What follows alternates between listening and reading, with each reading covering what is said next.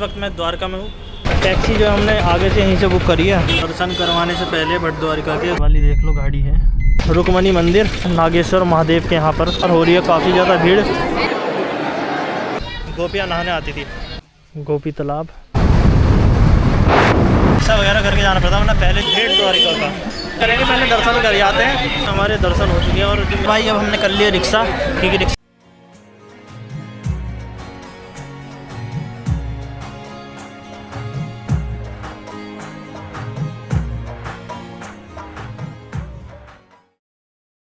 Hello guys, welcome back to my another vlog. So guys इस वक्त मैं द्वारका में हूँ और आप पीछे देख सकते हैं ये वाला होटल जो है हमने लिया है। एसी रूम भी है, नॉन एसी भी है।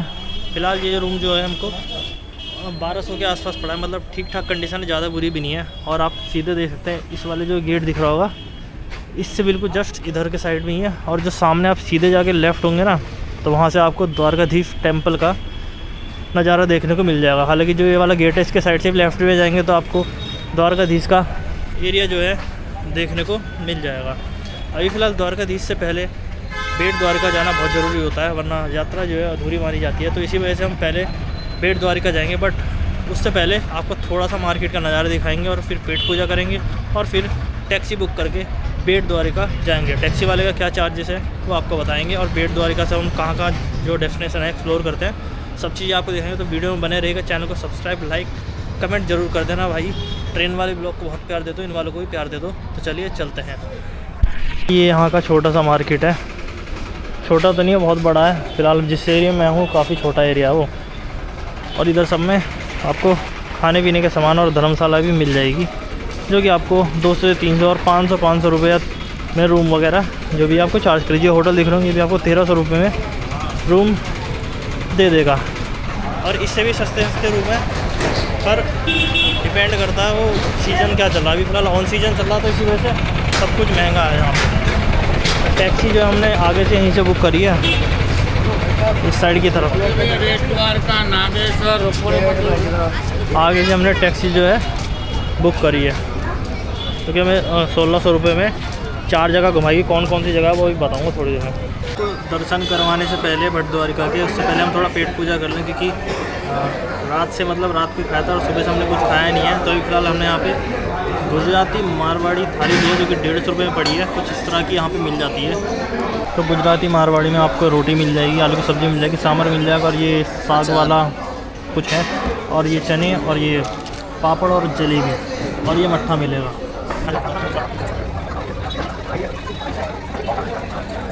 ये वाली देख लो गाड़ी है। अभी पहला स्टॉप हमारा रहने वाला है रुक्मणी मंदिर। तो रुक्मणी मंदिर ही है ना, हाँ तो रुक्मणी मंदिर है, वहाँ चलते हैं फिर देखते हैं उसका अगला स्टॉप ना कौन सा होता है। A few moments later. तो भाई ये है रुक्मणी मंदिर। अभी मेरे ख्याल से कैमरे वगैरह तो अलाउ होंगे नहीं है, बाकी देखते हैं होते हैं कि नहीं होते हैं। ये है देख लो रुक्मणी मंदिर है जो मेन द्वारकाधीश टेम्पल से मुश्किल से 2 से 3 किलोमीटर के आसपास होगा। फ़िलहाल हमने टैक्सी बुक करी है तो कुछ इस तरह का व्यू आपको मिल जाएगा यहाँ पे। और पूरे यहाँ पे एक ही मंदिर है। फ़िलहाल जहाँ का कुछ खासियत है वो आपको बताते हैं। तो एक बार भगवान कृष्ण श्री दुर्वासा को भोजन के लिए आमंत्रित करना चाहते थे। वे रुक्मणी के साथ दुर्वासा के आश्रम चले गए। दुर्वासा ने इस शर्त पर सहमति जताई कि वे उस रथ को खींचे।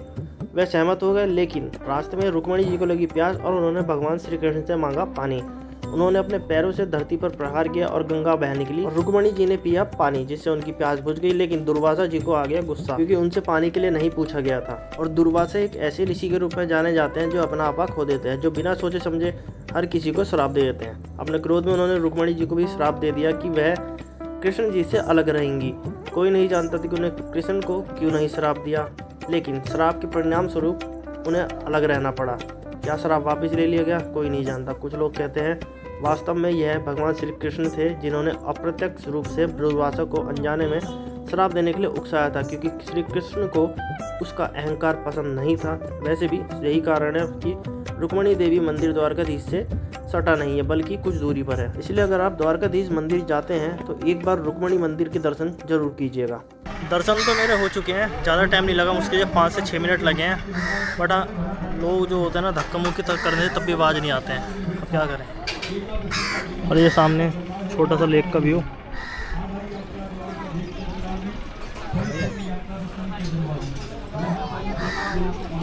और हमारी मम्मी क्या जैसे तैसे चल ही ली बस ऊपर।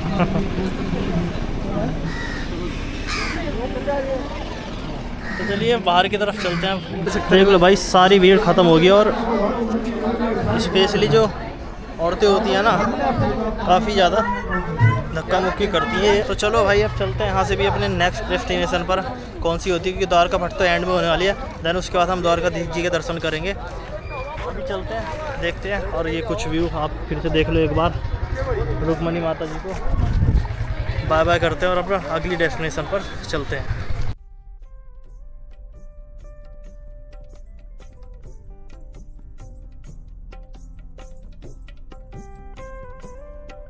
तो दोस्तों हम आ चुके हैं अपने सेकंड स्टॉप पर। और सेकंड स्टॉप जो है हमारा नागेश्वर महादेव मंदिर है, जो कि 12 ज्योतिर्लिंगों में से एक है।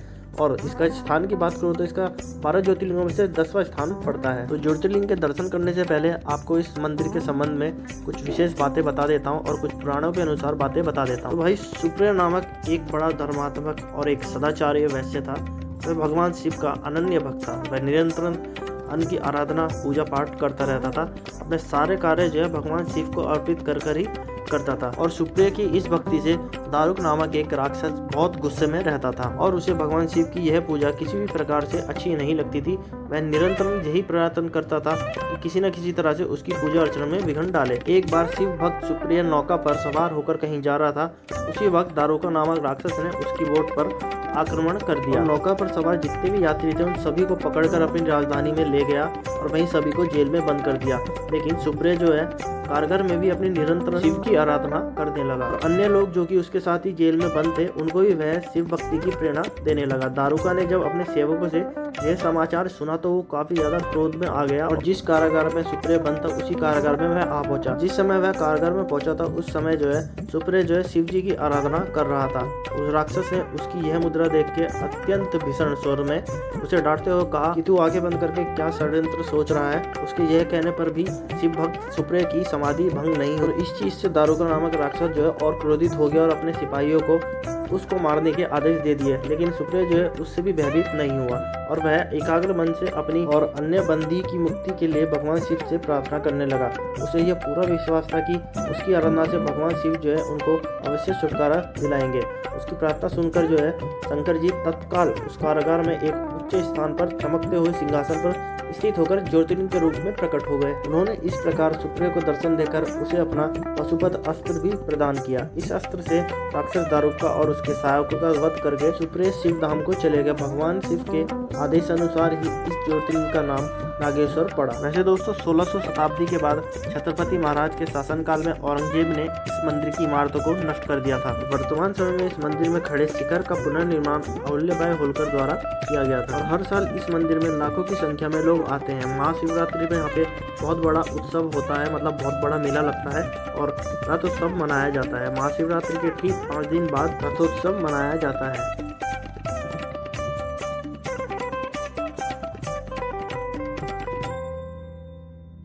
लंबी लाइन में लग के आए हैं और अभी पता लगा है कि यहाँ पे एक शॉर्टकट भी है पीछे से, क्योंकि जो लाइन वाले उनको भी मतलब शिवलिंग के पास तो नहीं जान दे रहे बट दूर दूर से ही दर्शन करवा रहे हैं। तो ये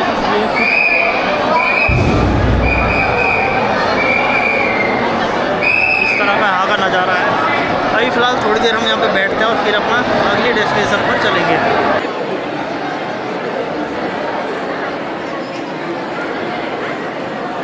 मेरे तो दर्शन हो चुके हैं, काफ़ी बढ़िया दर्शन हुए हैं।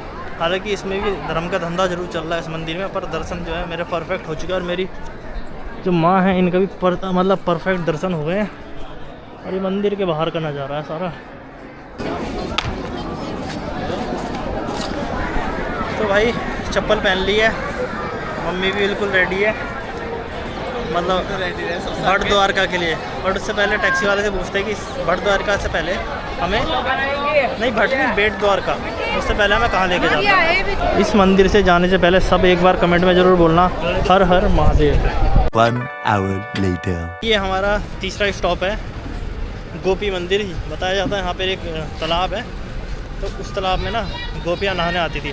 अभी फ़िलहाल अंदर चलते हैं और आपको फिर इसकी संपूर्ण कथा आपको बताते हैं। वैसे दोस्तों ये गोपी तालाब वही तालाब है जहाँ पर गोपियाँ द्वारका में भगवान कृष्ण के दर्शन करने आई थी और उनके प्रेम और भक्ति ने मिट्टी को पीली मिट्टी में बदल दिया, जिसे आज लोग गोपी चंदन के नाम से जानते हैं। और सदियों से तीर्थ यात्री अपनी द्वारकाधीश धार्मिक यात्रा के रूप में गोपी तालाब का दौरा भी करते हैं, आशीर्वाद और दिव्य इतिहास के करीब होने का शांत अनुभव भी प्राप्त करते हैं। वैसे गोपी तालाब से जुड़ी हुई श्री कृष्ण की अन्य भी लीलाएं, पर अगर सारी लीलाएं बता दूंगा तो वीडियो काफी लंबी हो जाएगी, इसी वजह से यहाँ तक की लीलाएं अभी के लिए खत्म करते हैं।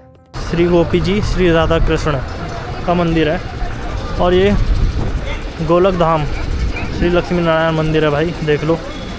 जब आओ तो यहाँ को भी मिस मत करना, दर्शन सब करके जाना। रामेश्वरम की तरह राम का तैरता हुआ पत्थर ले रखा है। अच्छा गाय है, मैं सोचा मारेगी। ध्यान रख भाई, गाय का छोटा सा बच्चा था, मैं सोच रहा मारती दिखे आज मुझे।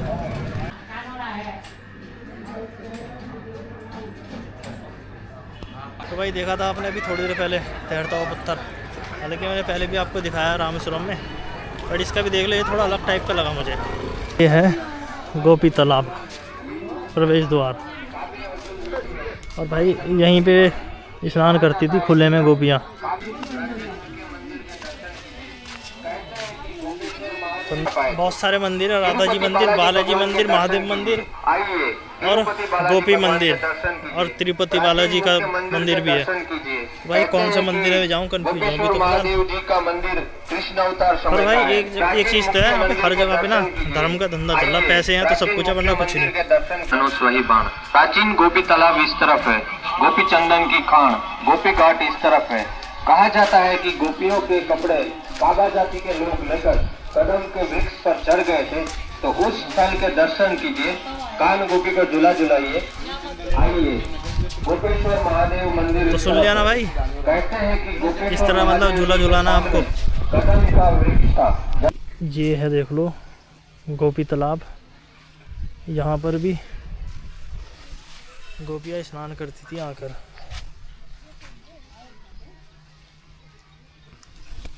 एक तो वो जगह जो दिखाई थी मैंने पीछे, उधर भी करती थी, यहाँ भी करती थी। गोपी घाट के दर्शन हो गए हैं, मुझे कुछ ज़्यादा खास नहीं लगा। वहाँ पर हमारे धर्म से जुड़ी चीज़ें हैं तो मेरे लिए बहुत ख़ास है। अब फ़िलहाल चलते हैं बेट द्वारिका, जो कि मोस्ट इम्पॉर्टेंट है अपने नागेश्वर जी के बाद। तो चलिए चलते हैं, लेट्स गो, या कह दीजिए हियर वी गो।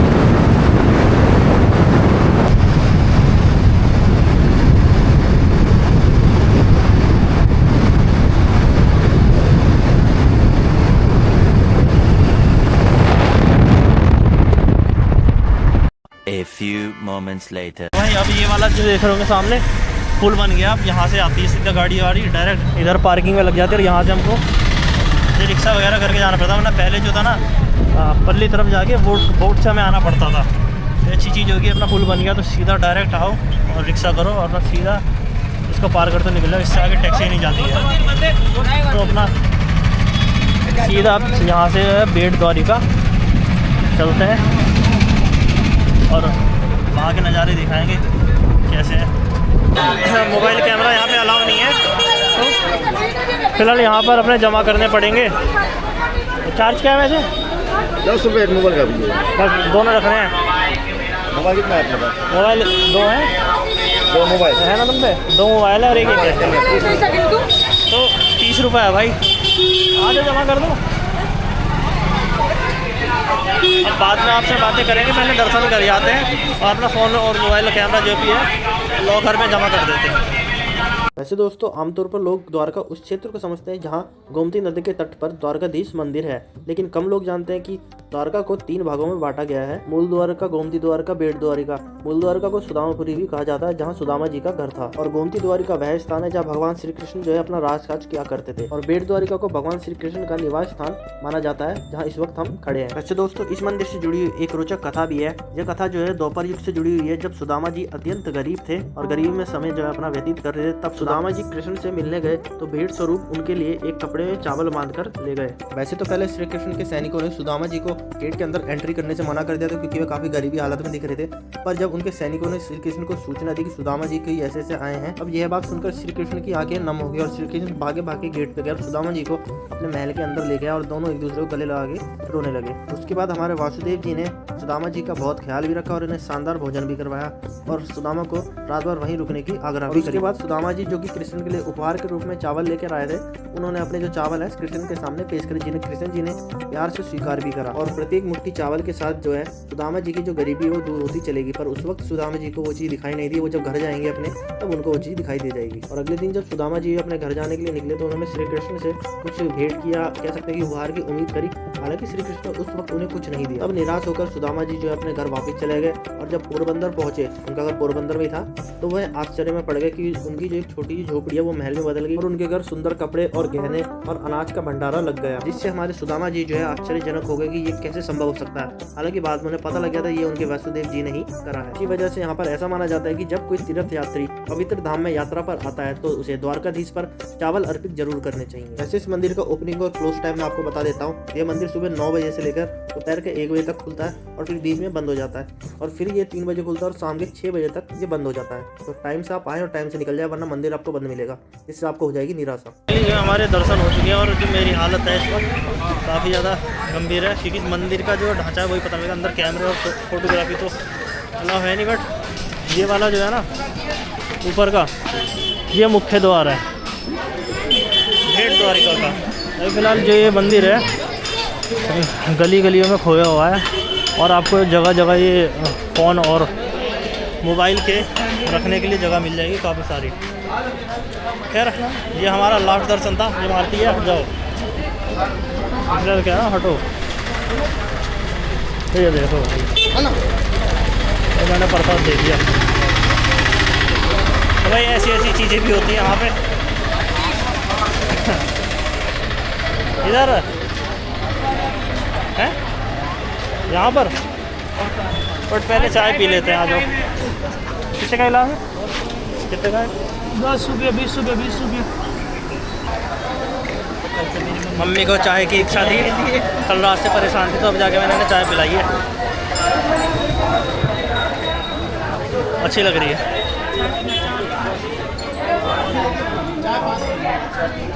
अब मंदिर का मैंने आपको दिखाई दिया किस तरह का रूप है। और भाई अब हमने कर लिया रिक्शा, क्योंकि रिक्शा लेती है मतलब प्राइवेट करोगे तो 100 रुपये में आपको पार्किंग यहाँ पे छोड़ देगी, जहाँ पे आपकी टैक्सी वगैरह जो भी होगी। और अब फिलहाल हम यहाँ से निकल रहे हैं, क्योंकि शाम के ऐसे 5 साढ़े 5 के आसपास हो होंगे, तो हम निकलते हैं अपना रूम की तरफ और आराम करेंगे यार, क्योंकि थक गए।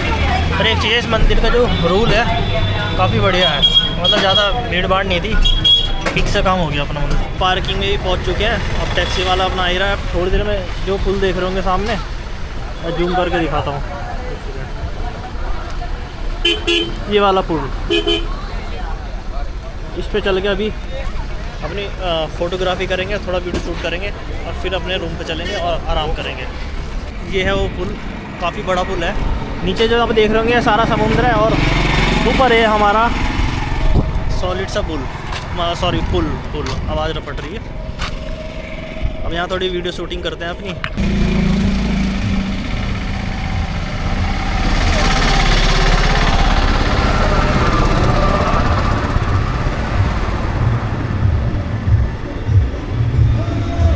One hour later.